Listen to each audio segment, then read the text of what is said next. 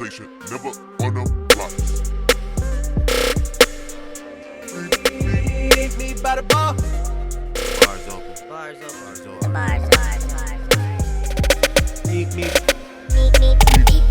by the bar. Straight up, no chasing. Welcome to Open Bar Podcast, where the conversation never on the rocks, but it's straight up no chaser. I'm your boy C4. And it's your favorite bartender, Champagne. Absolutely. We back with another episode. Of course, we got another special guest that's doing something good, some business. Let him introduce himself. My name is Calvin Mills, one half of Just Bizness, one half of Mills Enterprise.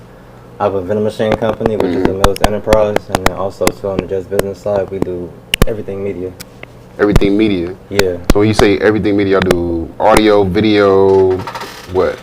pictures, we do Pictures. content creation, we do all that. We're doing filming. Right now, we're filming for a comedian actually, Maury Richardson. I don't know if you heard of him out of the IE. Not off the top of my head. Probably if I see him, I'm not good with names, so. Yeah, we're doing some filming for him right now. Okay. What business are you spearheading with? Are you going the media company, or are you doing with the? Well, I with do both. The vending Mills machine? Enterprise is my parent company. The Okay. way I look at it is from a business perspective. That's my retirement plan, long term. Yeah. Cause I don't plan on like working a job for 40 years and Oh yeah, for 40 absolutely. all that. I don't plan on doing that. I plan on running a business, working at it, do that for about 5-10 years. Boom, that's my retirement plan. The Just Business is for right now. That's dope. That's How did you nice. get started in doing vending machines?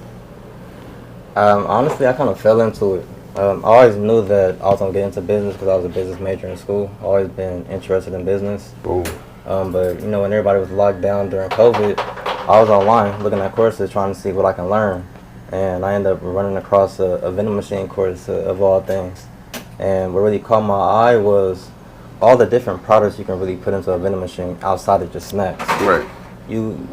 There's pretty much a vending machine for anything you can imagine. Right. Pizza, clothes, compliments, anything. You can put compliments. There's one I found on TikTok actually. There's a vending machine for compliments. You go to it, you put in $1, whatever, and it spits out a compliment, and people actually go to it. So I'm obsessed with vending machines. That's crazy. Bet you didn't know that. I have a knew that, vending that's why I was machine. waiting. Well, I have a vending machine business too, but now I just do consulting and sales because Okay. I don't have like space to physically store vending machines. Right. And a lot of people be interested in it. I came across the vending machine course too. It was alright, but it's nothing like being hands on and like really Right, learning how to yeah. do the shit. Yeah, I know how to do service. I know how to do all the little shit. Yeah. I've been in it about going on 5 years now. That was my first business too. That's I feel like when you get into vending machines, it opened up like a gateway of like the retail and sales world, because you get to see like the way that like things are priced, and you be like, damn, y'all paying this and y'all charging this, like this is crazy. And my vending machines, I don't put food. My vending machine is in. Do you know where St. Julian's Barbershop is in Compton?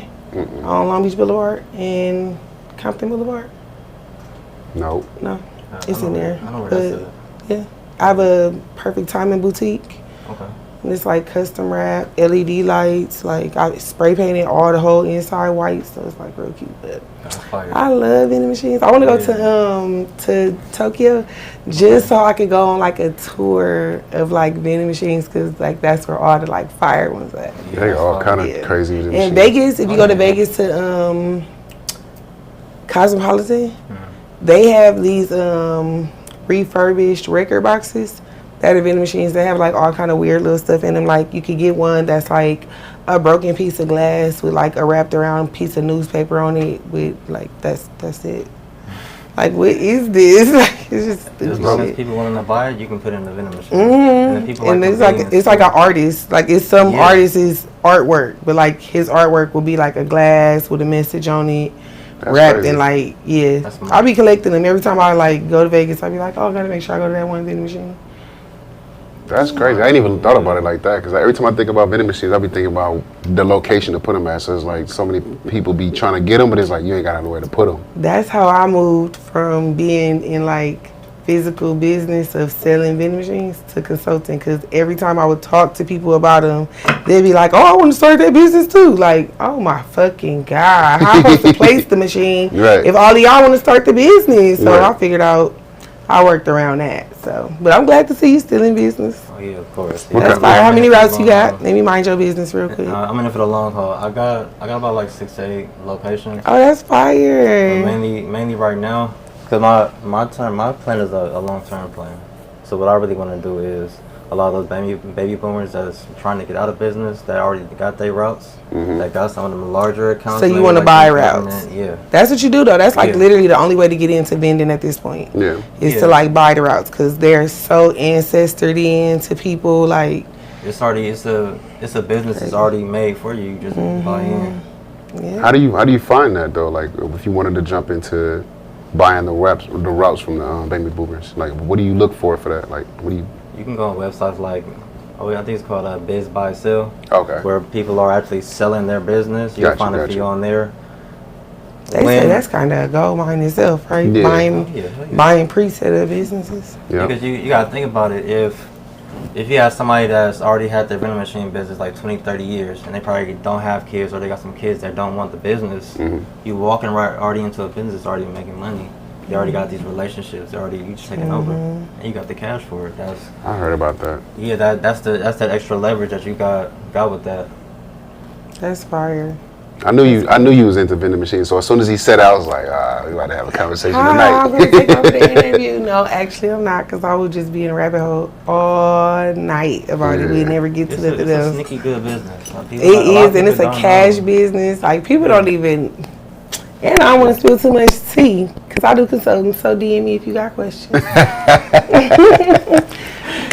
You know where I got that from? This is like the last thing I'm going to say about my vending machine venture. We're going to get back into yours. But when I got my vending machine, I didn't know how to plug it up. The man that sold it to me tried to pull a fast one on me. He sold, when I went to go see the machine, it was working just fine. It was set up, operating, I put the money in there, it works. Boom.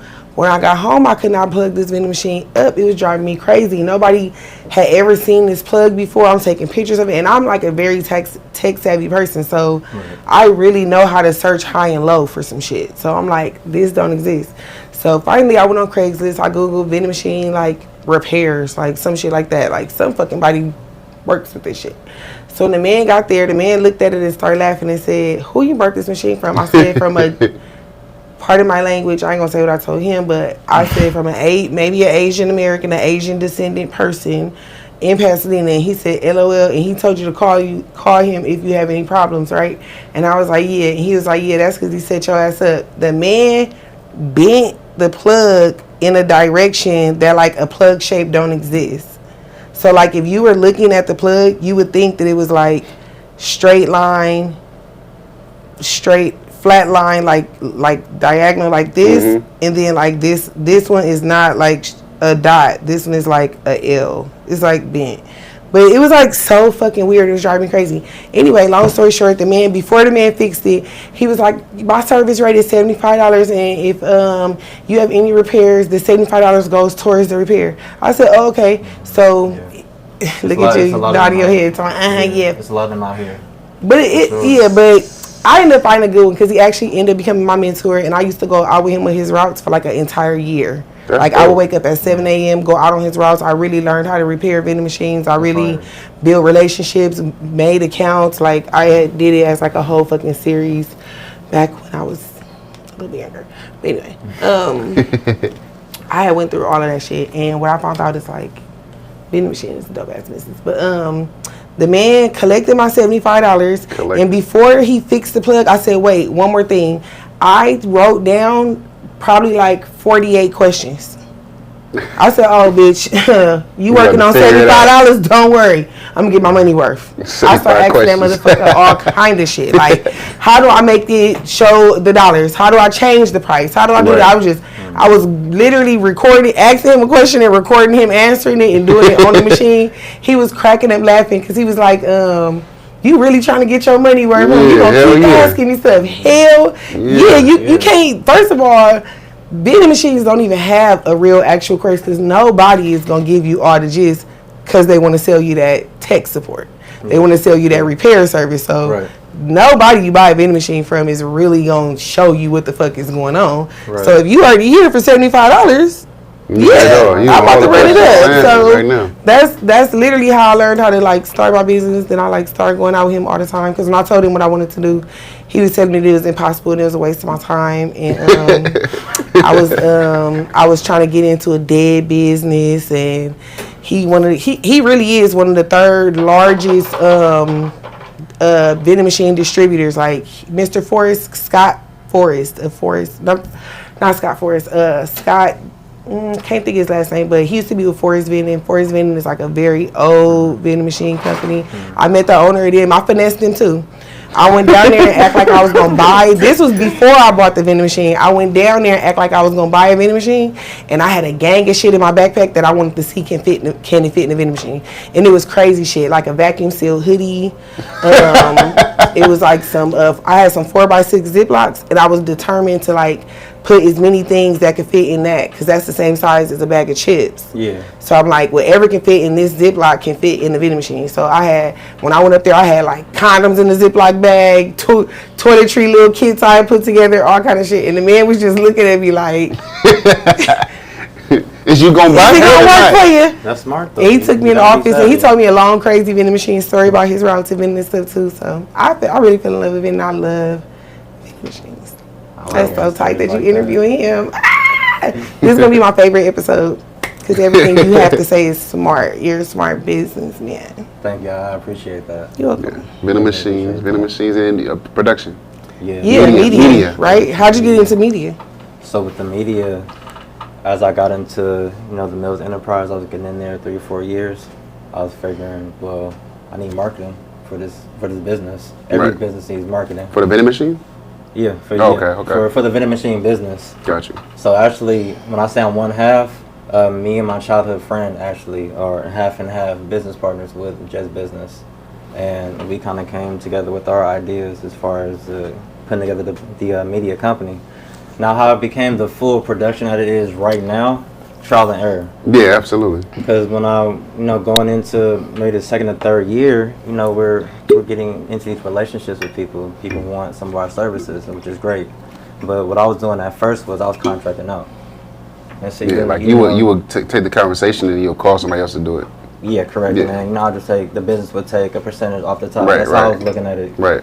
But in hindsight, I know that now that I was skipping a step. Because when you're an entrepreneur, you gotta go in and do every part of your business yourself first, so you really know what the hell is going on. That way, if something go wrong, you can go in and troubleshoot. And exactly. It's always good to delegate, which is cool what you did, but I just skipped a step. What I should have did first was should have went and got a camera, went and did it myself, and this is how this works. Yeah. Opposed to I'm thinking you're the expert. Let me go hire you, and then so I ended up doing that. We almost lost that contract, but luckily for me, the person that we worked with was also my friend too. Okay. So it's like you can stop working with me, but even though you're working with him, we all the same. I stay turning down business if I know I can't do it. Not even can't, because I could.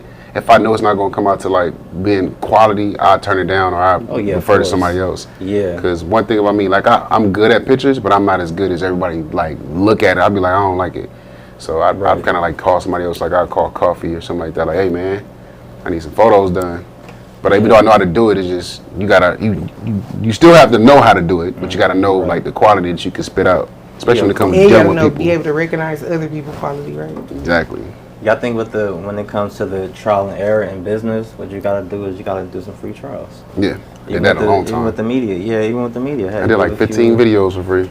Yeah, because you're gonna get that experience from doing those free videos, and then you can go charge somebody for it. You can get the money back. Right. You're just getting paid at a later date. Yeah. Not only that, you getting the experience, the experience to be able to create the content and be able to learn like, okay, so this lighting or this ISO or this, you know what I'm saying, shit like that. So that's Yeah, right. Everybody wants to get into podcasting and everything else, but the most important part is that camera. The most important person is that person that pushes record on that camera, because that's who owns the content. Right. So more people should actually look into that. What is that cameraman doing? What does that editor do? What does the audio person do? Right. Look into everything. A lot of people, they just want to be the person in front of the mic. Right. They want to be mic one. Right.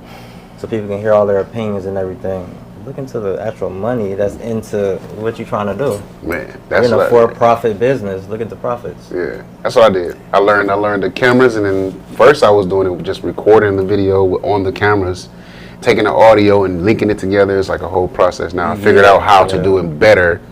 So yeah, it's a process. Oh, and you got to know every part of it, from the lighting to the audio. We had so many problems with the audio. Trial and error though. When I tried to do a podcast months ago, I had my own little podcast on YouTube. I think I have like 4 episodes. No audio. Where's the audio? Nobody ever unmuted it. What? We pressed record. We did a whole hour and a half fire ass episode. Conversation going crazy. Who the fuck forgot to unmute the mics? We did that like twice, I think. Yeah. Just trying to air this, and now you just like, oh man, check that audio, check this, check that. It's trial and error. What? But yeah, like you said, you gotta know each part of what's going on, so you know that okay, I can do that. So Was your partner already into media as well, or no? We hopped in y'all together. went in blind. Yeah, like when I say me and him, we really talk, and we're actually learning as we go. Because right now he picked up the camera too. He's out filming and he's learning how to do the long form on the computer with the Adobe and all that. He learning that. Simultaneously, I'm mastering the social media. So now we come together, and when it's time to get some of these bigger deals and all this other type, we already come together. We got everything together. That's dope. So that's kind of how we approached it. Cause I went to school and I majored in where you business. from? I'm sorry. I'm from out here. I'm from LA. I'm from Compton, really, but Compton, LA, Long Beach area. But even though I went to school for business, I majored in business. Most of the shit I learned was when I actually started business. Yeah, it's all hands on. Man, it's so much stuff that you learn. Like a lot.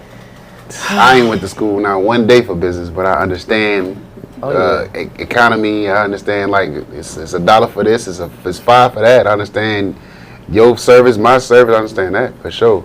Right. Paperwork, you gotta have contracts in place. You gotta have like all kind of stuff. So yeah. Yeah, I'd rather study the CEOs. Yeah. The CEOs that actually got CEOs don't do businesses. Shit. CEOs don't do nothing but call people and tell them what to do. That's because they already been a part of they already $billion business. I mean, they delegated They've already developed the program. They delegated the program everything. is Just call people and programming. make sure that it's running like it's supposed to run. You know, the thing about that, a lot of people think it's a secret, right? How these people became, these wealthy people that they are. Most of them want to talk. Most of them got a book. Most of them got a podcast. Most of them got something to where you can go get that knowledge if you really go look for it. Yep. You just got to go look for it. I'd rather go study the CEO than go to school because that teacher don't got a profitable business. So he can only teach you so much. Right. That's why we had this. That's why this podcast got birthed. Like to learn from people who are actually in the thick of it. Right. Like what did you actually do? Like we know what they're gonna tell us that we should do, but what did you actually do? Right. Right. What was your first camera? This one right here. That one? Oh, for real? This same camera. This is actually my second version of this camera because I lost the first one. How you lose a camera? Not being used to carrying a camera, ended up leaving it in a rental. For real? Is that why that motherfucker around your neck? When I go to like events and stuff and I do camera work, I really do that. I really wear the neck strap because it's like I be to set this motherfucker down somewhere. Exactly. Like I'm too cautious to put down a $5,000-$6,000 camera. Hell no. How much was your camera? Let me mind your business. You know what? I paid. I talked the lady down. I got this for like $600 with 2 lenses. What kind is it again? Sony. This is Sony A6500. Yeah. Okay. That's the one to use. Everybody use that for vlogging. Yeah. That's mainly what I've been using it for. Yeah. Actually, I did a food review with the Boulevard Gastro Pub in Compton. I interviewed the CEO because when I do my food reviews, I want to talk to the CEO. Right. Like I don't want to just test the product. The product, that's cool, but I want to see what the CEO inspiration behind everything. Yeah, like why do you do this? How did you come up with all this? What's your game plan? All that, and that ended up being a really good interview. And that was the first one that I did actually by myself. I filmed with the camera and I edited. I edited that episode actually on CapCut. Yeah. I just used what I know. Hey, some people really think that like everything is a $100,000 investment. Like sometimes it's really the time and the effort to learn it is the actual investment. Like CapCut is a couple of dollars a month, you know, and you gonna get a quality output. But if you don't know what you're doing and you just don't know how to put out a good output, it don't matter what you use. You could buy Adobe, you could buy everybody's fucking software. So you gotta be knowing what you're doing. Try. That'd be the thing. They want the results, but they don't want to put the work in. They don't want to take the time to actually learn. They don't want to take the time to actually try and maybe fail, maybe look stupid. But the way I look at it is, there is no failure unless you just flat out quit. Because those failures is really a lesson. It's gonna give you the blueprint to go take that next step or at least try it again. Right. So why not just keep going? A failure is not even a failure; it's a lesson. It's a lesson. Yeah. Okay. I took left that time. You know, you go play Super Mario Brother. Yeah. Like, okay, you gotta time this jump like that. Right. That's all that is. If you play those games, I think the people that did play those games. No, like a failure is not a failure. It's a lesson. Like, okay, I gotta time it this time. Let's go left this time. So that's how everybody who remember in Super Mario where you used to find the hidden levels. Like those are the ones you have to really like. You gotta jump down there, hurry up and hit the second block. Yeah, yep. And then it's gonna make a vine. Climb up the vine, you get in the bonus round. Like some people always make it to the bonus round. Some people never make it because they like. I can never hit it. Like, oh, I always die. Like, so everything is a lesson. I don't never look at it as a I like that. I never thought about that analogy like that. Ain't no losses because it's you learn like, damn, I did not get up early enough to go get that or to go do that. So now I'm gonna set my clock. I'm gonna do this. I'm gonna do that. I know my pops always told me prior planning prevents piss poor performance. Oh my goodness. So if you plan before. You gonna hit those marks. So I teach my son that right now. But yeah, that's how it is in business. You gotta be on time. I'm on time for everything. Yeah, but see, that's powerful though. You had your pops and your pops was speaking the right type of things into you, and you doing the same thing for your son.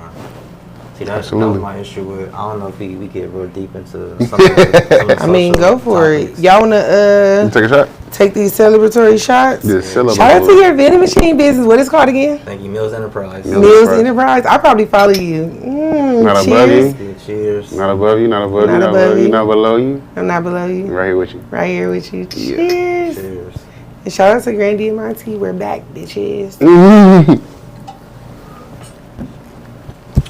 No bite. That was so good. No, they ain't got no bite on it. I don't drink like that, so. I mean, was it okay? So for a person that don't drink, what is your first impression of Grandy and Monty Plata? I say it was good. For a person that don't drink, it was good.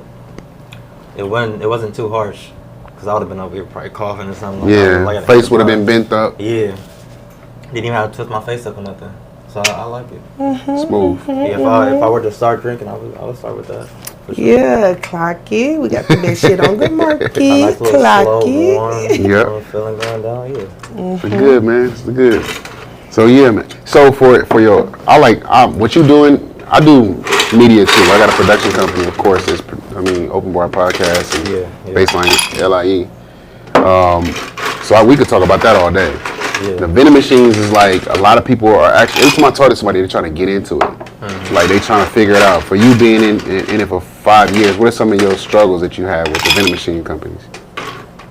I would say some of my biggest struggles is kind of what she was talking about. You know, and the industry is kind of small too, but you are gonna run across some people who are just trying to get over. Some people who are, I've seen people they've sold the same location to like 3 different people all in the same day. That's what I was afraid of. Yeah, it's like, or I'm gonna tell you what I was. Go ahead. Yeah, or somebody that sold you. I had this happen to me. I had somebody. I bought a machine from somebody, and the machine was BS, and I had to put more money into it because the compressor didn't work. It didn't cool the drinks and all that type of stuff. So now, when I'm delivering it to my client, I look unprofessional because this dude done sold me something that's broken. I didn't know. But that's just that trial and error. It's just a lot of stuff like that. But I think the remedy to that is just really knowing your craft. Right. Really getting into it, doing that self-analyzing, and oh, I did this wrong. I need to make sure I check this trial and next error. time when I trial and error, yeah, that trial and error, and then be patient. Like, don't you not going. And I say this all the time. You not just going. You're making a whole gang of money your first location or two, or just off of a location or two. You gotta work up to that. Right. So when it comes to like those government contracts and some of those larger locations, they want somebody that's experienced. They don't want somebody that they gotta explain somebody to, explain something to, because when people see empty spots, they're already like, oh, this place is vendor. It don't matter if everything else is full. You got one empty spot, and like, hey, you need another vendor here. And then they'll replace you just like that. So you gotta really be on top of it. But those locations for sure are way more profitable than just. But you gotta take that step first. Yeah. Like you gotta go. The most important part is finding the locations. Don't be afraid to go on Craigslist, go on OfferUp, go on Facebook Marketplace, get some of those smaller locations at the warehouse that maybe got 20, 30, 40 employees. Right. So that you know what the hell you're doing. Now you can go on the government contract website and, oh, this hospital needs a company. Oh, I can go position myself to go get that. Right. So that's one of the best. Man, you could a hospital location. Eating. Because they in there all the time, wiping them out. Every day. What's their name? Every single day. I can't think of the company off the top of my head. Fuck. Is it not I can't look. That's a credit card company. I know who you think. I just can't think of their name right now. They do a lot of. They do a lot. And they low key came out of nowhere. Like, they was Motherfucker. around for a long time, but they low key started taking over another big company. Every single day, I'm talking, and they'll have maybe like 6 to 8 machines in there because it's a hospital. Right. You gotta think about it. You got status in there 24/7. They got all these different floors, and they all come into the cafeteria. They probably want some snacks and stuff. Yeah. And then too with a location and like the that. elevation of vending, right? Because like now you put in hot food in there. Now you put in cold food in there. Now you put in frozen treats in there. You put so much in there. Anything. But you having a location like that, you eating. But you gotta work up to that. Get some of them smaller locations. Get about 3, 4, 5 of them. Manage that for a while, and then go to that, because you're gonna be there every single day, picking up your bread and restocking. But you gotta be on top of that every single day. So that's some of the struggles you had to go through. You trial and error for you? Oh yeah. Have you lost any contracts? I have before. Yeah, for sure. Just being inexperienced. What do you feel like? Oh, okay, I was about to ask you. What you feel like? Learning, trial and error. Yeah, just being inexperienced, just having some empty spaces like that. Maybe having certain snacks in there. Maybe having an array of snacks in there that that's just not moving. They just wasn't messing with. But then also to the remedy of that, should have a recommendation list. Put a sticker with your I was just about to say, number. People don't know the valuable thing about vending machines is that a lot of people don't use their independent vending machine for the marketing space. Like, bro, this is a free marketing opportunity. You can stick whatever you want on here and they gonna read it because they think it's important to what they doing right now. Don't put my dollar in there. Like you know when you get to a vending machine, what's the first thing you do? Stare at it. Look at it. If it's a note on the glass, what you gonna do? Read it. Of course, if the note on the glass say, is it something here you want and we don't have it, text us, like, or if you have an issue with this machine or whatever, like, that's how they get that information. Because if it break down on you, you're going to want to look for the person that... shit. Trust me, you think Coca-Cola ain't putting their name on the side of that vending machine big as fuck for no reason? No, they want you to know this is a Coca-Cola brand new machine. Something crazy. I'm always on a little innovative shit. But what I was saying, so my fear of doing a vending machine, that's where I was going to go. So every time I see them, on like Facebook Market or something like that, I be thinking they like you said, they selling it to multiple people. So if I go, they got a key to take the money out. Somebody else probably got a key to take the money out. It's like, you can buy that key on eBay. It's like universal key. That's what I'm saying. Like, it's crazy. You have to trust your location. That's what I'm saying. Like, that was my fear. You don't know what you're doing. Yeah, if you're going to go buy from somebody that's on like Facebook Marketplace or OfferUp, go meet them first. Go to the actual location, talk to the owner as well. Because if you're buying from them and it's a change of owner, the actual owner of the location should be there too. because he should know that he's gonna start seeing you or one of your representatives come to do the exchanges versus him. Right. But that's just a part of you actually knowing, and then two, put it on paper. Even if the previous owner didn't have it on paper, at least just put it on paper. Even if it's something as simple as, this is Mills Enterprise, you're allowing us to place our vending machine here between these days. We can renegotiate. Have contracts in there order. Have something to cover your ass. Yeah. Because they ain't gonna have, they're gonna let 5 people come with no contract. It's gonna be 4 people that show up that don't fulfill the business right. They gonna be the people that get effed over. Like, oh yeah, you ain't gonna ask for the contract? Hell yeah, I'm gonna take your money for this route. Right. And it's actually gonna get sold to the and change the locks, and it's actually just gonna get sold to somebody who gonna put me in a correct binding contract. So change the locks. Don't trust that the person that you bought it from gave you all the change the locks as soon as you get it. But you gotta just take those precautions. Right. That's dope. What is something like for? Let's go back into the media, because this is where I'm at. How do you deal with clients that don't want to pay your price? Ooh. I don't. You don't? This is how I feel about that. I'm really saying we do shit for free, so I'm like, do you take the low end stuff too? Like, how do you work that out with the people who don't want to pay? Well, this is how I look at it. When it comes to finding customers, I feel like you need to really niche down. You're gonna have certain customers that just don't want to fuck with you for whatever reason. Those people that don't want to pay your price, they don't value your business and your service just yet. But there's plenty of people that do. There's plenty of people that will. So you either need to grind a little bit more so that people can actually see your value, or just go out and go find those people that actually wants to go pay your price. That's how I look at it, because everybody's not going to be your customer. Right. Even with marketing, you don't market to everybody. You got an avatar. You got a person that fits that personality style. You're going to go market to that person. Right. Now, if that person doesn't want to pay your price, then maybe you need to reevaluate how you're running your business or how you're looking at your business. Good answer. I like that. I like that. You know the crazy part about it is I literally was doing research on trying to buy a vending machine, and I literally just thought about that, like, damn, what if they selling it to everybody and then taking the money out and all that shit. So do not be paranoid. Make sure you get a little paperwork, get you some receipts. You going to go buy a vending machine from somebody, they should give you a receipt, a bill of sale, something with the serial number on it. You a business. And then pay with your credit card or pay with your business credit card, because at least that way, they done sold you something that's broken or don't work. Hey, I just made this purchase for this much, but it didn't work. They'll reverse that. That's the beauty of having an actual credit card, or actually a business credit card. A lot of people like, I'm only doing credit. I'm only doing this. I'm only cash only. Yeah, no. Be leery. I don't even mess with them, because why are you only doing things in cash? Like, come on now. Like, give me a bill of sale. I need something to cover myself. That's how I'm always looking at it. I done lost money before. I done been fucked up. All that shit. Have you lost enough money to leave any businesses? Have these been like the only two businesses you've done? Yeah. I always say my first business was me selling wave caps when I was a kid. Oh, for real? Yeah, because when I was like in middle school. Like, you know how now they be doing the wave cap reveals and all that. I know you mad. We was doing that back in middle school. And don't you be mad when you see stuff that like is content worthy viral that you like?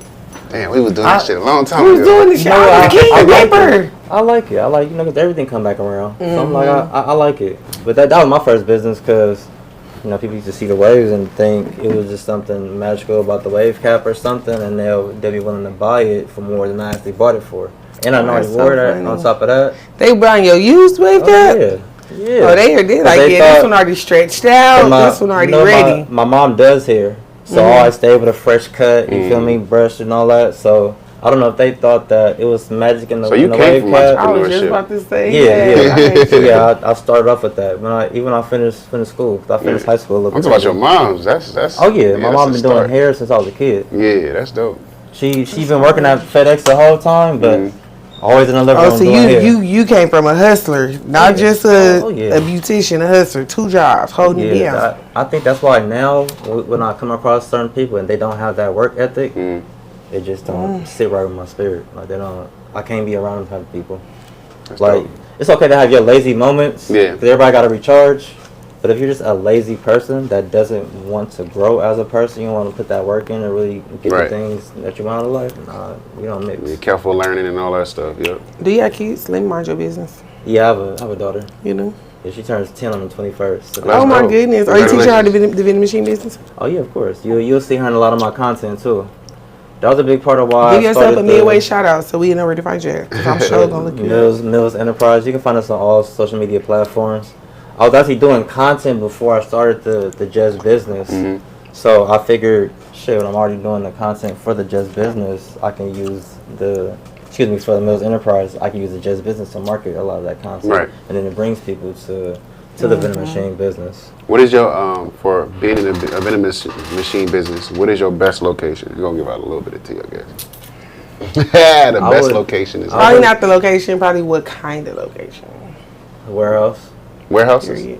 The warehouses. Like FedEx and Amazon type stuff? All of them. All them shipping warehouses where you can go pick the number off the little sign and get a job that day, and them be the best ones because they always full. They be there 12 hours.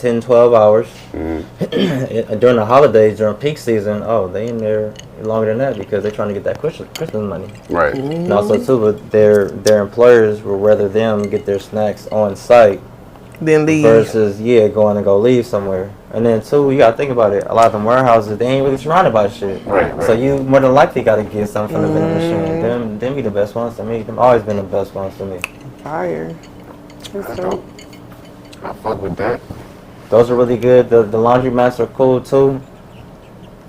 I think it would just depend. But laundromats are cool too because with the laundromats, you got the snacks and the drink, but you can also put the toys in there.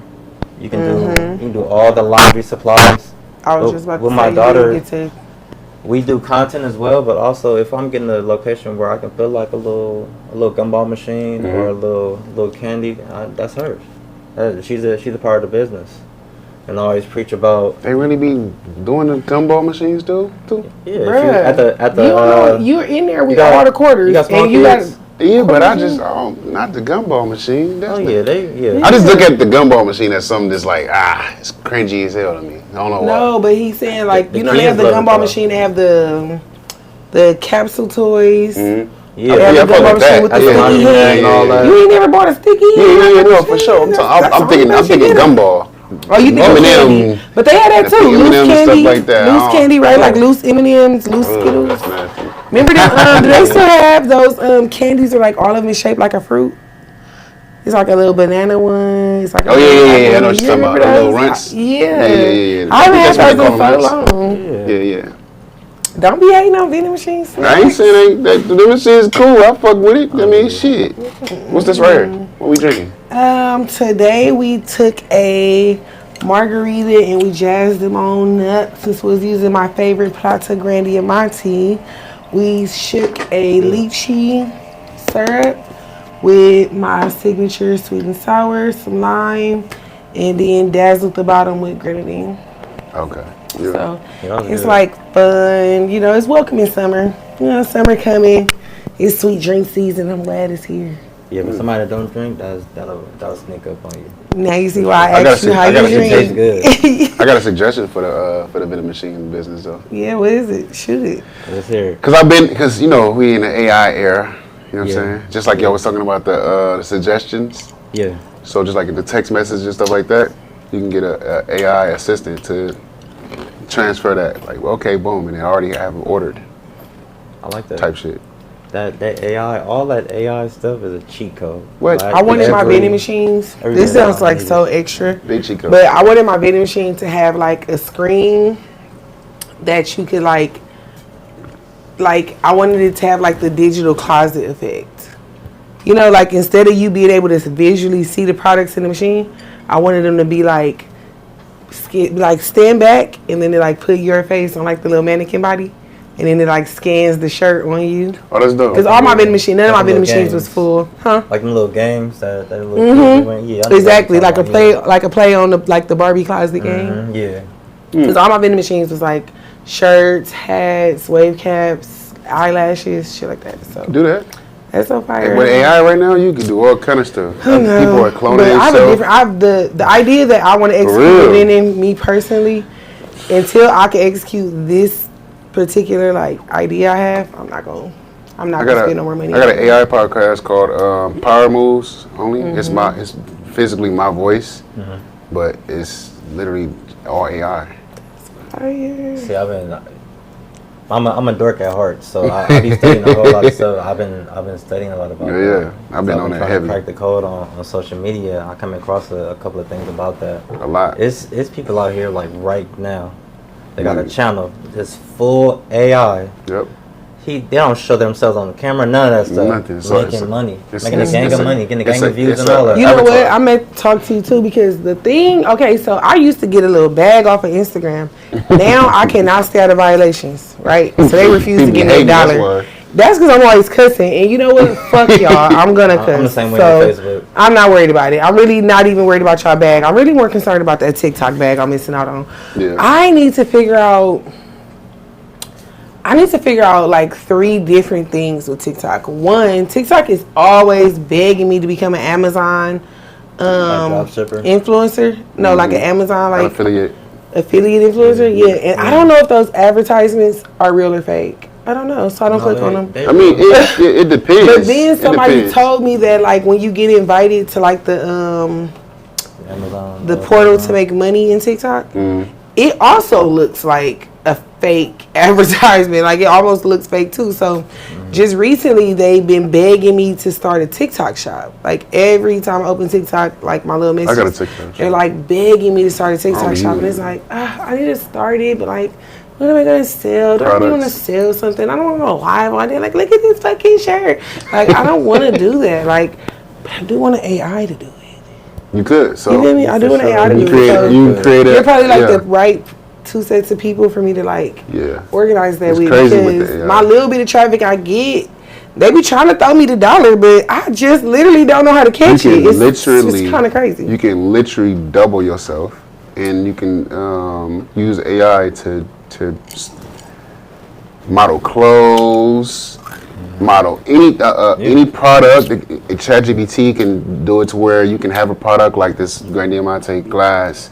And the AI and they can just make up, the drinks for holding you. it up. Nah, ain't nobody making the drinks for you. You like virtually. Virtually, like so it's like that. Like it's because I need to make like a cocktail today, but like who's gonna do my eyebrows? It'd be able to like do that'd be my whole thing every day. Like, I think it'd be able to do that because I don't know about that far because you got to figure out the drink and how I don't know. That's it, but I'm sure.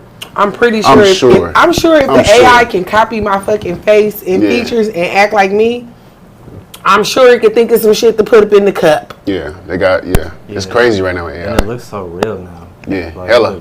It's getting so much better. Remember when you used to see it? Yeah. And it would be like alien fingers. Yeah. It would be like 2 fingers like this. I used the AI to write my my recipe book. Oh yeah, no, for sure. In the way I had it write the recipe book is like fire as fuck. Like it wrote it in like story form. That's dope. It's like super dope. What do you use AI in your business now? Yeah. Like as far as what? Mainly I use AI as far as like ChatGPT to majority of my posts because it really helps with the SEO.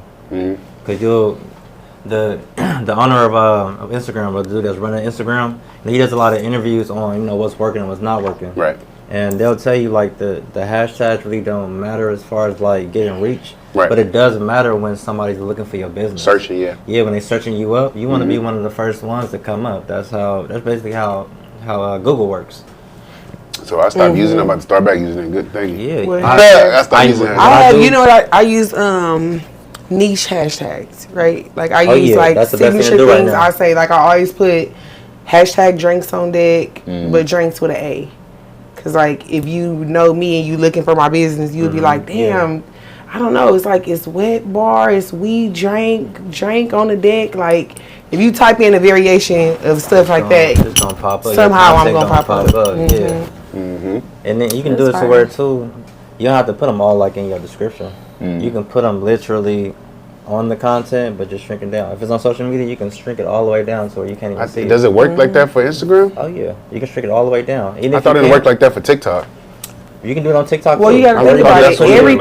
Everything like in the computer is always seeing everything. Oh, well, it even see what you don't see. The algorithm so, and the AI, yeah. Yeah, like it picks up them letters, even though I can't see that you put like 58 hashtags drawing me here.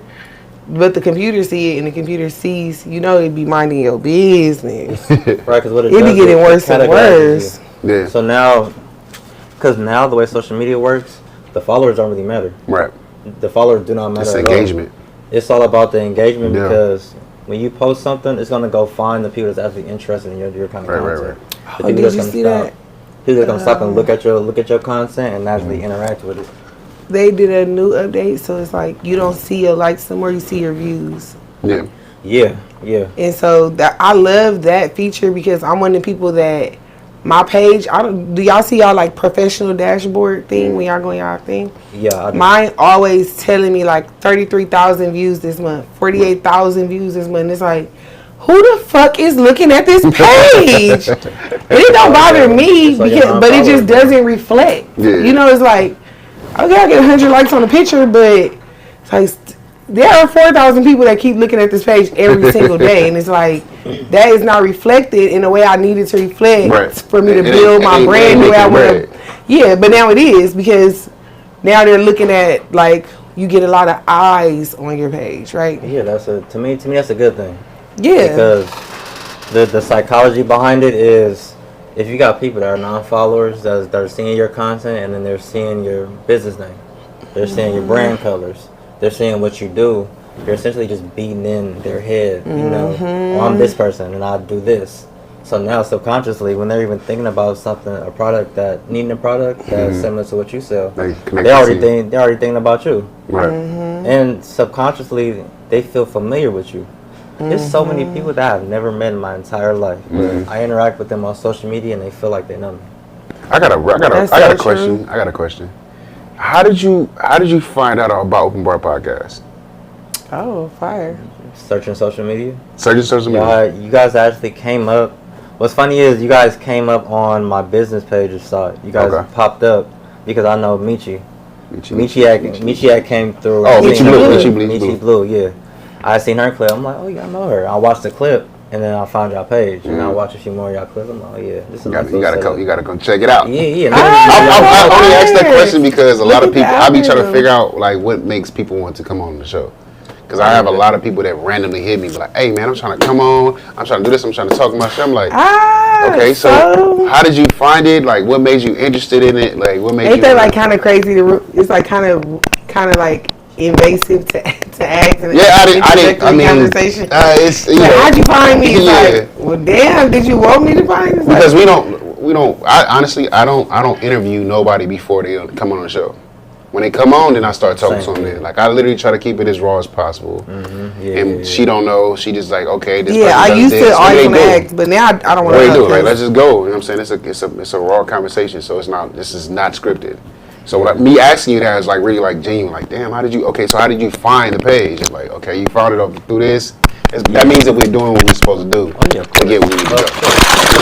Most businesses, they don't ask you that. They're gonna ask you, how did you find us? Or how they're gonna ask that too. Cause they're doing their own analytics too. Yeah. They want to see how are people finding them so they can do more of that. Right, exactly. They want to convert more people. So yeah, absolutely, man. I appreciate you for pulling up, man. How far did you drive? Not far at all. I'm in Long Beach. Oh yeah, easy call. So I didn't even know. I didn't know y'all was that low. Okay, so y'all like in Lancaster. Yeah, we giving bougie Burbank Los Feliz production studio vibes. Yeah, everybody come in and like, man, this is nice. Yeah, y'all ain't got no roaches. Everybody get a regular chair. Nobody sits on crates. Yeah, no crates. Enough glass for everybody. Nobody had to drink out of a bowl. Yeah, we got a nice drink. I like it over here. Good vibe, good energy. Yeah. You see me crack the seal on the tequila? Yeah. Shout out to our sponsors, man. Shout out to the supporters, man. For real. How long we got? We can mind your business Crenshaw further. in Washington. Oh, you did? Yeah. Okay, so I was a bad kid. here go a good question. He said I was a bad kid. Ooh, I went to two schools. Okay, so this is a good question. Where do you feel like created the most entrepreneurial influence for you? Do you feel like it was being raised in Compton, or do you feel like it was being exposed to like the way that LA people move? Because I went to Crenshaw.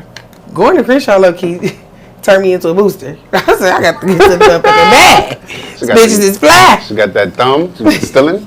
I'm just saying I had to get to that bag. That's a really good question. Because in Compton, it was like mostly people was like, even if you wasn't like the most name brand down person, like you could still in Compton, you was the nigga in a white tee. Yeah. In a standard pro club. Yeah. You was Himothy. Yeah. But at Crenshaw, baby, try a little harder. Where's your platinum FUBU at? Where's your platinum FUBU at? Like, oh, that's I told my age. Look at you, because you took it too far back. I took it nostalgia. You took it personal. The Dada though, huh? You took it personal. So yeah, what influenced your entrepreneurship? Damn, Dada. I would say just life experiences, really. Yeah. Because even before selling the wave caps, I was always hearing, you know, you just got this demeanor of a businessman. You know, I was getting those good messages early on. Yeah. Then your mama friends used to be like, he's just like a little man. Yeah, all them good positive messages. Yeah. People just being comfortable talking with me, and that builds good business relationships. I just thought about something right now. Like when I was in high school, I had ended up getting a job. Shout out to my brother Bo for telling me to get this job. But I started working there, but I was still working on my. Okay, cool. I was still working. I was still doing my. I just built my studio, and I was doing music. Okay. And I was working at Jiffy Lube, and my manager he noticed that I was like constantly like promoting stuff at work, low key promoting the Young Hogs. I had CDs. I was giving them out, selling them all kind of shit. Doing the oil change and sliding you. So I was listening to the stuff, but I left it in there. You can I started off, washing windows and vacuuming, but I started doing the sales. I moved up to doing the sales after I was doing like the little oil changes. Yeah, because he seen you out there selling other people's shit. Yeah, I started doing the sales. So I started doing the sales, and then he had told me something. He told me a word, and I didn't have no clue what it was. And he was like, "Yeah, your password to your, because I had just started doing sales. Your password is Mogul." I'm like, what the fuck is that? What is Mogul? How do you use? I didn't even know how to spell a Mogul. I ain't even lying to you. Dang. So he had told me, and then he was like, yeah, look it up. So I looked it up. I'm like, okay. I didn't understand it. Now we talking about, I'm like, that's crazy. He really, like back then when I was like 16, 17, they know. My peoples know. I've been doing it. I've been on a long journey with this entrepreneurship shit. Yeah, it's some words of affirmation. Yeah. People, and I think a lot of people underestimate that too with their kids. All those little messages, even though it's not gonna register to them right then and there. It's not gonna register to them when they're teenagers. It's gonna register later. But when it's gonna register a whole lot later, and then a lot of times they'll start following it before they even register it to them, because you done fed it to their subconscious. Or it could be somebody that understand what it mean already and see it in you and like telling you about it. You like, I don't get it. Just like it could be like an artist like, man, you dope. Like you should keep going. And they don't get it until it's like 20 years later. Like, damn, my guy was a dope ass artist back there 20 years ago. When he told me that, I was tripping out because I didn't know what Mogul meant until I was really, you know what I mean? Yeah, words are powerful. Words are powerful. That's crazy. That's so powerful. Words are very powerful. Just experiences. And then I graduated in high school a little bit early. Mm-hmm. So I was. Yeah. Did you go to college? Yeah, I was. Okay, so you was bad, but you got it together. Or your mama put that. I was always smart. Like I was literally always smart. And I'm dork at heart too. I love to learn and all that shit. It was just I was getting into other shit because growing up I didn't have a father or that male figure. Yeah. To kind of be like, no, don't fuck with that, or go do this, or. I didn't have that, so I had to learn the hard way. Right. With doing certain things. So I had my mama, I had my uncles. My uncles was thugs. You was still bad. So you can call me the modern day ghost. To be honest with you, my uncles was the the menaces, the niggas that was doing the crazy shit. Came, the crazy niggas. Yeah. One of them was like, had a calm demeanor like me, but the other one was just off hinges. He pulling guns out, he doing stupid shit. You touch his daughters, he fucking you up. Like, my uncles was no nonsense. Them niggas should have been Italians, I swear to God. But learning from them, and then I had a godfather. Like, I meant to say dad. I call him my father because I learned a lot from him. He was my only, you know what I'm saying, father figure. So I didn't have a dad. I had my moms and my sisters. And my brother, you know what I'm saying? Yeah. That shit powerful. Yeah. That's what a lot of shit, the adult men out of our generation didn't have that. Nah. A lot of them was coming from that era of single motherhood, where it was an epidemic of those single mothers. That's why I can talk to certain men, and I can tell that you probably ain't had a dad. Just not even thinking like in their brains, like. Yeah, because it's just, you'll see how you talk. Just the inflection in his voice. If you got that inflection in his voice of how a woman probably would, then it's probably because he's been around the mom too much. I noticed something too. How I noticed that I grew up out of father was dealing with my homeboy LJ. He's polite.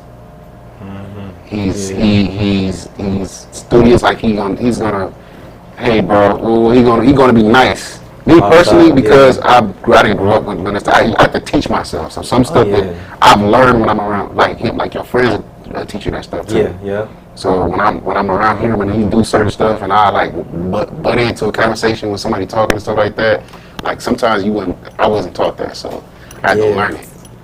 You know what that is, because when you got pops, he gonna let you know that. Check your ass. Yeah, because he gonna let you know that any time. And I'm trying to tell certain dudes that too. That I just want to still be tough at 30, going on 40. Any altercation that you get into with another man can be deadly. Because we both have the strength to take a life. So we're gonna always approach that situation with respect, because we ain't trying to take it there unless it just really has to go there. Exactly. But outside of that, we're gonna approach that situation with a little bit of respect, because we already know it can get dangerous fast. But if you only got moms, mom's probably a little bit more hot-headed. Mama's quick to react. Yeah, so it's like you can't be reacting like moms, because you not moms. You not a woman. You a man. Yeah. Reacting like that's gonna put you in a dangerous situation 9 times out of 10. And now this is powerful right here. This is because that's how you notice the difference between somebody was raised by their mother, is raised by their father. You gotta have patience. You gotta be able to evaluate the situation, so you won't get into another situation that's gonna cost you either your life or your time outside partying and drinking. However you feel it. You're gonna be in jail, getting your ass beat up. This summer 2025. And don't get too caught up in trying to prove yourself to other niggas, all that tough shit. Yeah. You really think I'm 33. You really think I care, or somebody think I'm a buster? And I don't give a fuck about none of that shit. I don't got nothing to prove to nobody. To you, none of that shit. I don't got nothing to prove to nobody. Because I can still, go home and go live to this woman. I can still go get my bread. I can still do what I need to do. As opposed to me trying to prove that I'm tough and end up in a situation where I'm in the grave or in jail. And the only person I gotta lay up next to is some nigga. Right. That's all. You're not doing that. No, for real. You have to look at it like that, for real. You got to. That's how you know, that's how you know some people really don't give a fuck about nothing, because it's like, have you been in jail before? Even to a holding tank, even just arrested, came just in poor contact with the police. Yeah. Them interactions should really shell shock you into saying you know what? At my big old age, I just can't see me asking a motherfucker, can I walk to the left side or the right side of this room? Yeah, you grown. Maybe when I was younger, I didn't give a fuck. I don't give a fuck. I'm gonna let somebody tell me when to go to sleep. I'm gonna be on motherfucking. I remember when we was younger, we used to make jokes about that. I don't give a fuck. 3 hots and a cot's coming soon. That's crazy. I'm gonna crash out. But now I be like, bitch, I had a bad back and I got a good bed already. You know, imagine you got a good bed already in the bed. Right. Who the fuck you think I'm gonna be with bed back in a bad bed? Like, hell no. They better put that shit down. You better let that lady live. Girl, don't argue with that motherfucking with that bitch up in McDonald's. They're gonna call the police. And I'm telling you right the fuck now, I'm leaving you in here. You know, you get to, when you get to age, you be really quick to tell your friends, like, I'm leaving your ass in here. Like, you friend, you doing too much. Like, no, I'm telling you, if they call the police, I'm gonna be in my car. There'll be a lack of awareness. Yeah. Big old lack of awareness, because there'll be a lot of dudes that ain't never been through none of that. Yeah. Ain't never really been out in the streets like that, because you don't know if a dude been in the streets, because he not gonna do none of that. Nah, he chill. He not gonna put it's like you said, self-awareness. That be the thing. I got some of my friends is the biggest fucking chippers. Them niggas is the nicest niggas you know. And I know. The biggest chippers. You will never know.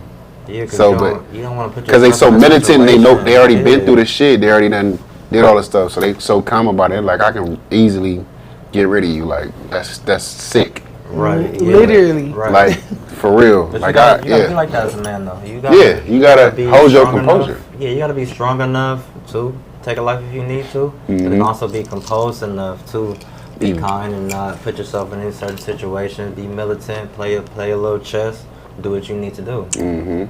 But a lot of that's really the problem right now. I was just talking about this. It's really crazy. Our people don't want to talk about black on black crime, but I find it crazy that the number one killer amongst black people, men and women, are at the hands of black men. It's homicide by black men. We always see these couples. They get, they take the pictures, they get the house, and then 6 months later, he going to jail because he didn't end up killing her. Why? Because there's no emotional intelligence right there. The pops wasn't there to teach you, hey, when you get mad at that bitch, go hit the gym or something. Go get you another outlet. Go see your boy. Or not even just your pops was there to tell you to do that. He wasn't there for you to see him doing that. Right. You know? Man, I was just you've never seen somebody handle a male and female interaction in a way that didn't result in violence. So you're quick. You might hold back to react, but even the fact that you got to hold yourself back is like, that's a problem, because from the gate you should be like, I done seen my daddy ignore this bitch all month long. Right. I'm about to show you how a motherfucker move, because I done seen my pops just come in and out, go to work, move around how you gonna move, right around my mama in her attitude and her. Good thing my but that's good, because that's like her showing him. That's conflict resolution. Yeah. That's why a lot of our men, and even a lot of our women too, we're so conditioned to condone the violence. That's all we see. We don't watch too many movies. It's so our uncles go to jail, what they call it, and all that. What they call it is so glorified. It's like, that's the guy. problem. Yes, that's the tough problem. Guy. I said the same thing about Rodney Hinton. That boy is unhinged. There's absolutely no reason that our people are supporting him. How are you supporting a man that decided to take an innocent life and also leave his family behind? He got a 3-month-old kid. He left his wife behind. He left that 3-month-old behind, and they just lost a son. So now he's losing a dad too. What are you doing? when I first somebody because he ran over that cop. Yeah, that wasn't even the same cop from the altercation. You went to go run over another innocent cop that was working traffic during a graduation. That was a mental break, problem. Right? That's what I said.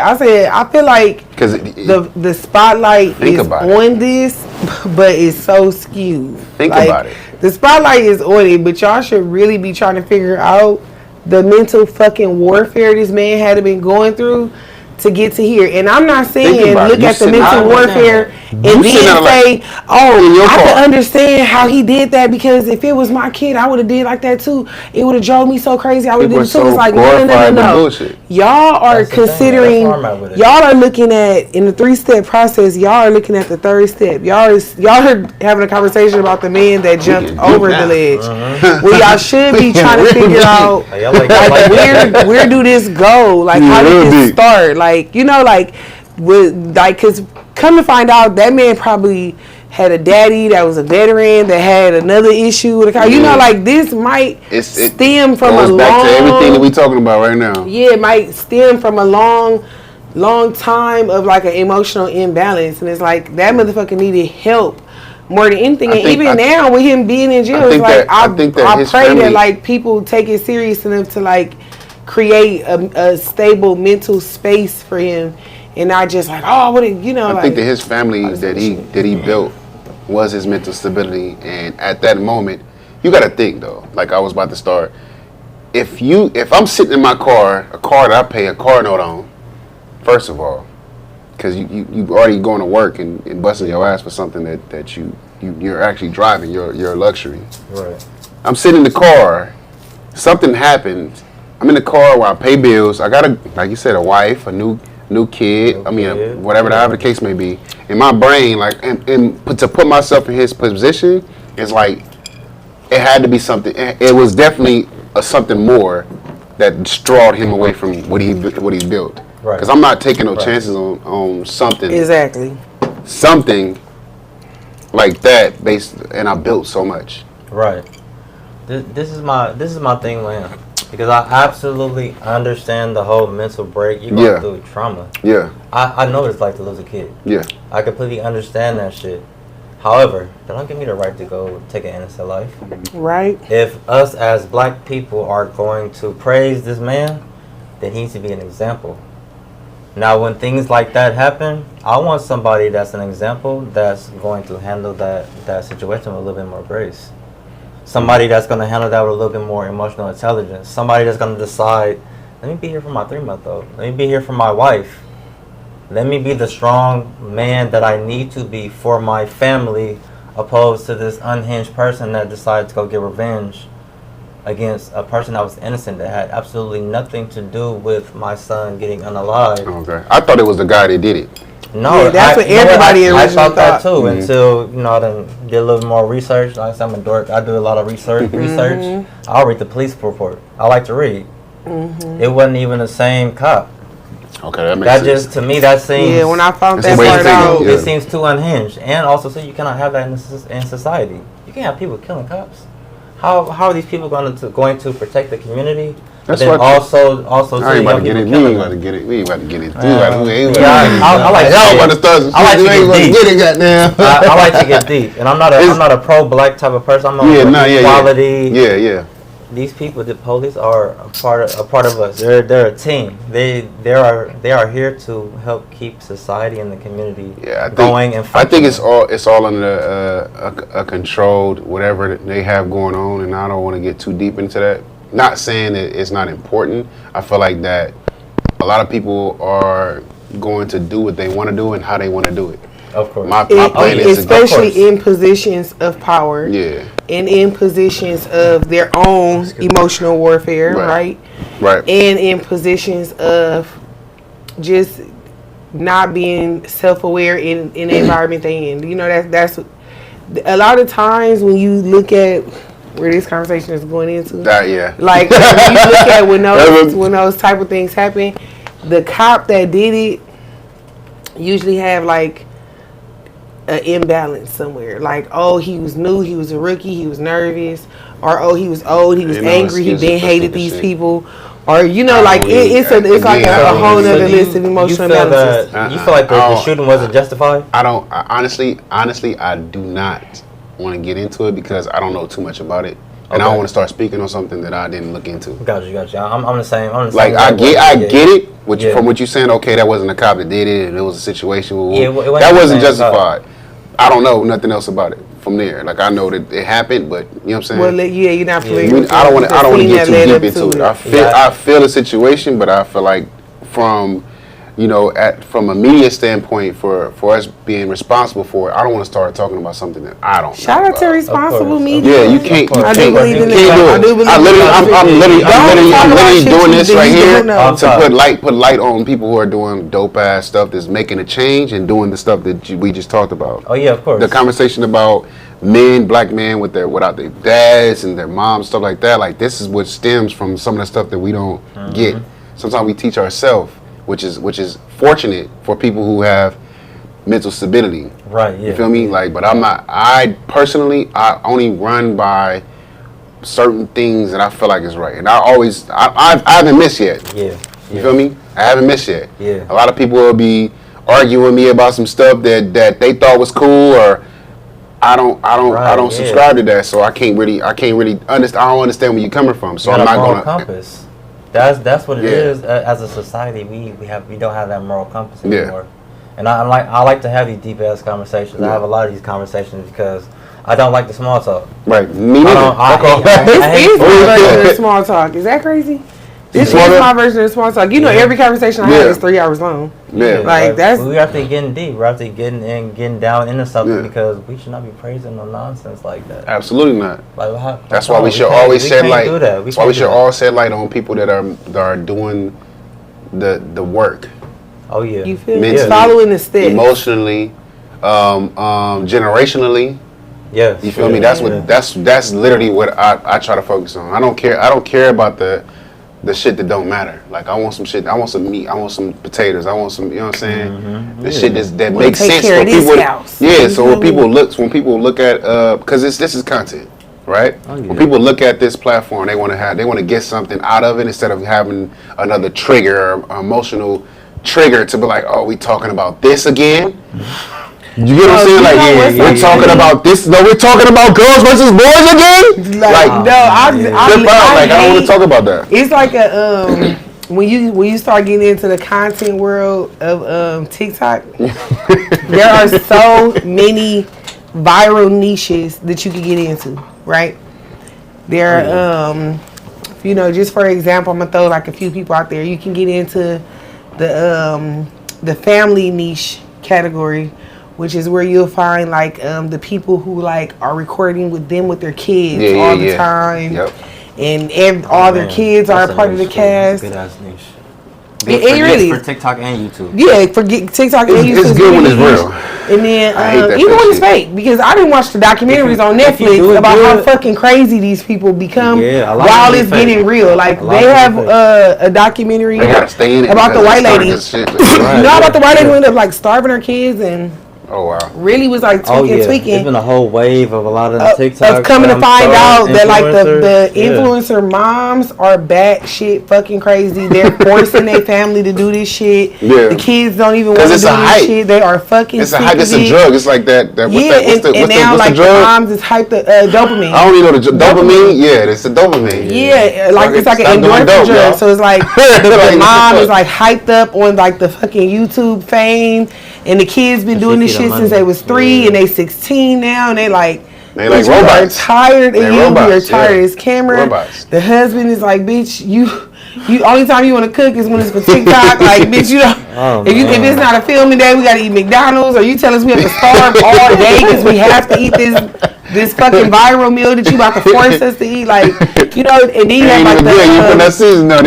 No, because then you look at people like Josh's mom. I know y'all know who Josh's mom is. Are you crazy? You don't know Josh's mom? I don't know who Josh's mom is. Josh's mom is a TikTok page that is it's a white lady, and her entire play on TikTok is making the most hideous fucking food. She made spaghetti the other day for her family and put like 9 packs of top ramen and marinara sauce in a pan with water and put it in the oven. And she was like, "That's like the easiest way to make spaghetti, y'all." Like, I've seen this. And like, she made it.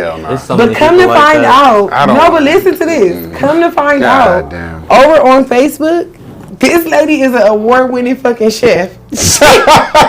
Like, so all this time, it's a niche. So all this time, I've been following her in TikTok, and I'm like, this lady is like, she really be making the most horrendous shit. And it's a joke. Like, even her son, everybody knows it's a joke. They always come to her house like, Mom, what you making? And then she'll turn around like, oh, I'm making this. So all this time, I'm thinking, she's getting the bag off of making, like, you know, bullshit. She's making a play on white people food, basically, right? Like, white people make all kinds of nasty shit. So she's like a white mom making nasty white food. But she is over here on TikTok. We love white people making gourmet shit. No, shout out to Josh's mom. I fuck with her. But she's over on Facebook, like, making gourmet shit. So it's like, it's funny because that's wild. She's dabbling in 2 niches at one time in the same category. He's making her bread. Right? Because, like, in the culinary world, it's like, you can be doing beautiful food, or you could actually be making a lot of money doing disgusting food. Or you could just be eating food, which is like the mukbang niches. Or you could be like, you're in a niche category. What I do? You're a gamer. But I don't promote that. Like, but you're in a niche. Fun. That's but a good niche it's still a niche. No. You have a whole entire following that they don't know nothing about open bar. They're not even looking for it. They tap in. They be like, man, let me jump in on the game with you. I don't really promote that shit though. I just really just connect my shit and stream for the people. I meet a lot of new people, which is dope because I like the network. So a lot of people that I met, they really got shit going on. So I was on there. Somebody was from, I think he was from Denver. And he was drinking, he was drunk, he was talking shit. He was like, I just got out of work, I'm an engineer. Ooh, he was talking to gaming, like, I get it. But hell no. That's tight though. Look at Kyson. Kyson started as a gamer. Kai ripping it right now. He ripping it. He started as a gaming streamer, and now he's he's still a streamer. Yeah, no, he's another niche streamer though. He's like what do you call it? An IRL streamer, right? Those are IRL streamers. Those are streamers that stream. They whole life all day long. But he started off as a gamer. Now he's doing the Kyson University Challenge, and right here is where I'm going to insert my audition for the Kyson University. Did you see what I did right there, Kai? Go ahead. That's why you should go ahead and put me on, because I deserve to make some money. I show up here every Wednesday and do my job. Everybody deserves to make money. Tired of having a job, but I love having a job. So look, for somebody who has been in business for as long as you've been in business, where will you see yourself in the next 5 years? We're going to start that like that. 5 years. We're going to give you 5 years. Oh, yeah, because you already told us you don't want to work forever. Yeah, you don't work forever. Like, what'll make you quit your job right now? How much of money make you quit your job? I don't want to work for other people. That's what I mean. For 40 years. I don't That's what I mean. I'm not one of those people who will say, you know, entrepreneurship or a job. No, if you just starting off too, you can do both. Right. You feel me? Just like Black Cuban did. He was a busboy until his business started taking off. Right. So I'll follow that same motto, same mantra. I'm actually a licensed phlebotomist. Oh, at my core. Yeah, I'm a licensed phlebotomist. I was actually doing all kind of shit, huh? Oh yeah, man. Shit, I can't. So is that what you do now? Mm-hmm. I do. So this is what I do. You gotta be fucking Jamaican or fucking. I did my 23andMe. Oh, you are? I did my 23andMe. I'm Nigerian? like Nigerian. Yeah. Me too. Yeah. Okay. That's Yeah. right. I didn't do my 23. First and Brother. Y'all I hope y'all went on their website and deleted y'all profile because they're bankrupt and now they're selling all the shit. Did you go delete your profile? I don't got 23, man. I got. You don't care, huh? You don't care who buy it, huh? Ancestry or something. You don't care, huh? You gonna show up the Dave's Hot Chicken and the chicken gonna be shaped like your ass. Hey. Damn. Chicken gonna be in there looking just like you. They gonna say this that dark meat dish. Damn. You don't know what the fuck they gonna do with y'all DNA. Y'all just I ain't got around to it. What yet. they gonna do? It's already done. They got the selling DNA. it. You can go and delete your profile. You don't have care. an AI version of our stuff. However the case, we gonna look. Hey. God damn, we got deep on this episode. Yeah. Tell the people where to find. Tell the people where to find you at, man. We gonna tell the people where to find you at. Y'all can find me on Instagram at Mr. Never Love Him. You can find me on Facebook. I talk a lot of my shit on Facebook. At Calvin Mills. Oh, you a Facebook daddy? Okay. Yeah, I'm a Facebook. That's a low key little niche itself. It's so hard for people to be on Facebook. That's what I wanted to tell people too. Like I've seen Kendra G. She has a whole show on Facebook Live. Mm-hmm. Don't be asleep on Facebook. Mm-hmm. Facebook, Instagram, and Threads. Threads gonna for sure give you the most of your exposure because they're brand new. Mm-hmm. Right. They don't have them same algorithms that TikTok might have, that Facebook may have. Because they're looking to pay for you to see that maximum exposure. I was thinking about like taking Open Bar Podcast and doing it live, but I need to make sure that we have like a stable internet connection and stuff like that, and a stable. Yeah. I gotta send you the video because one of these streamer boys, I did send it to you. Go check your DM. I sent it to you. One of these streamer boys was telling how they're able to stream all day long. Oh yeah, it's a backpack. Yeah, I know. Some type of little extra Yeah, box. so Okay, so buy it's this like one. $200. It's like $200 a month. It's $280 a month. You found on Crazy YouTube, shit. huh? But it's like 14,000 or something like that. No, the video is a clip from YouTube that is circling around Instagram and TikTok.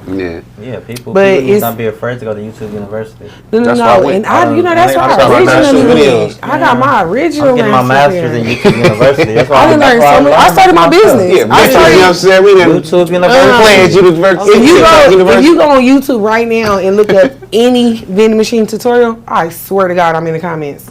Just go straight to the video. I'm in the comments. Yeah. I'm either shouting them out or talking shit because either they in there saying a bunch of nothing or they like actually giving information, and it's so very few people that are even on YouTube. I mean, like, you crushing it with that, with your. So that's like a niche itself, right? Vending machine is a micro niche, but it's a big micro niche because it's one of them forbidden fruit businesses. People don't know how to do it. They don't know nothing about it. Just giving up the information is profitable. So look, I'm a not to cut y'all off, you know. So we getting a little too thick. We, you know what I mean. Y'all know the find us at Open Bar Podcast _ Instagram, and then of course now I got it to where y'all can literally go to the website and go to booking, and y'all can book your own day to come to the podcast. OpenBarPodcast.com, of course.